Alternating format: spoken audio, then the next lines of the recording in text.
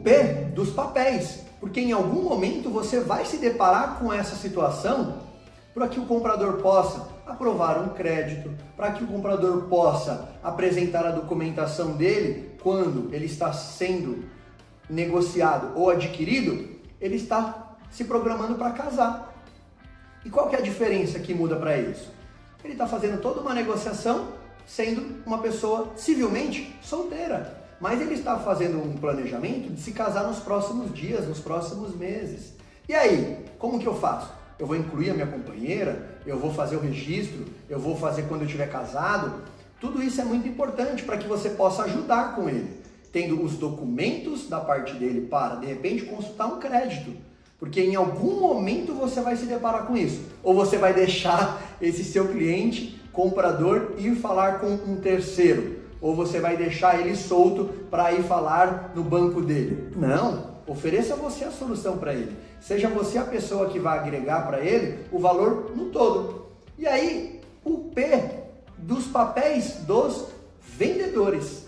Os vendedores, aqueles que quando estão fazendo a venda, precisam apresentar as certidões negativas do Tribunal de Justiça, as certidões trabalhistas, as negativas da prefeitura, a certidão negativa do condomínio, as contas pagas das companhias de fornecimento. Então, todos esses documentos que você precisa levantar do vendedor faz toda a diferença na hora de uma venda, porque pode existir uma pendência, pode existir uma regularização que você vai precisar orientar as partes.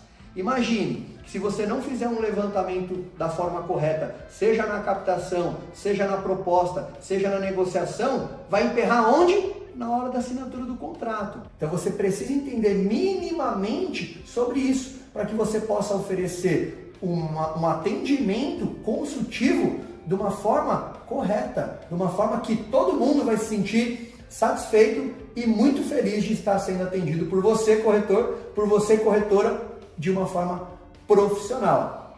Ainda dentro então desse P de papéis, quais os papéis aqui que faltam? A gente já falou dos compradores, a gente já falou dos vendedores, então vamos falar aqui dos papéis do imóvel, porque o imóvel, ele é o bem que está sendo transacionado e conjuntamente com os documentos dos vendedores, tanto o imóvel quanto os vendedores não pode ter nenhum tipo de problema, de pendência ou de restrição, porque se tiver, precisa ser tratada, resolvida, esclarecida, informada no contrato. Porque o comprador, se ele não for participado disso, ele pode achar que ele está sendo lesado, ele pode estar achando que ele vai ter um prejuízo e vai mostrar que o seu trabalho não foi um trabalho em uma diligência com toda a preocupação, com toda a segurança, com toda a comodidade que um corretor, que uma imobiliária deve oferecer. Afinal, nós queremos ser valorizados e reconhecidos perante os nossos honorários. Porém, nós também precisamos assim entregar um trabalho na altura, no mesmo tamanho, na mesma medida, para que a gente possa fazer jus a esse reconhecimento da sociedade, dos compradores, dos vendedores e das empresas, tá? Então o imóvel, ele pode ter alguma pendência para regularização, seja de averbação, seja de inventário, seja no condomínio, seja na prefeitura. E tudo isso é possível você resolver mediante uma negociação, mas você precisa trazer isso de forma antecipada. Então veja bem, se você cuida disso, você está trazendo transparência, você está trazendo clareza, você muitas vezes vai ser a pessoa que vai informar para o proprietário de algumas coisas que ele precisa resolver. Porque na vida corrida, às vezes ele nem se deu conta. Quando ele foi ver, ele tinha esse probleminha. Mas você profissional, você corretor, você corretora, vai ser a pessoa que vai mostrar para ele que você está trabalhando para ambas as partes, que aquilo pode se tornar um problema no futuro. Imagina que lá na frente o comprador pode vir aqui reclamar com você, reclamar na imobiliária, reclamar com quem o vendeu, e aí na hora da transação, na hora da forma correta de se assinar um contrato para que tudo corra bem, você profissional fez a diferença. E ambas as partes vai reconhecer o seu valor, o seu profissionalismo.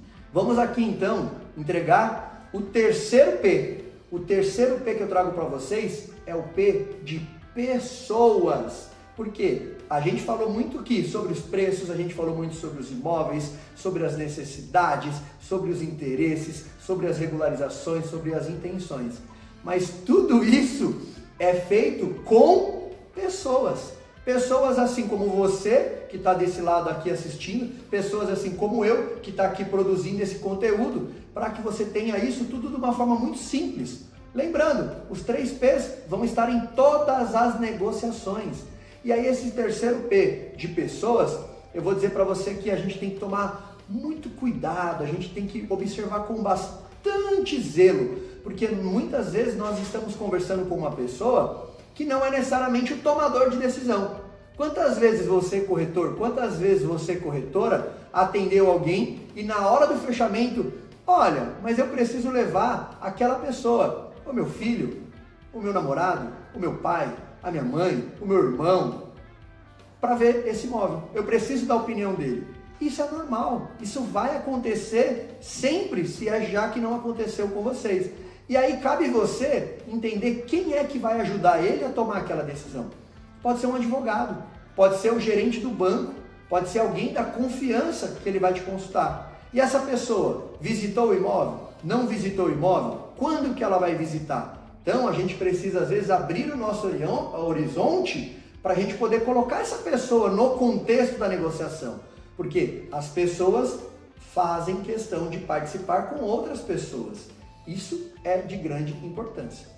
E uma coisa dentro de pessoas que eu gosto muito de falar, e eu falo isso bastante com os corretores aqui, e não tem jeito, é inevitável, é o perfil. Mas aqui eu estou falando do perfil de compra, do perfil dele entender um pouco sobre documentação, dele entender aquilo como um negócio, dele entender aquilo como um investimento.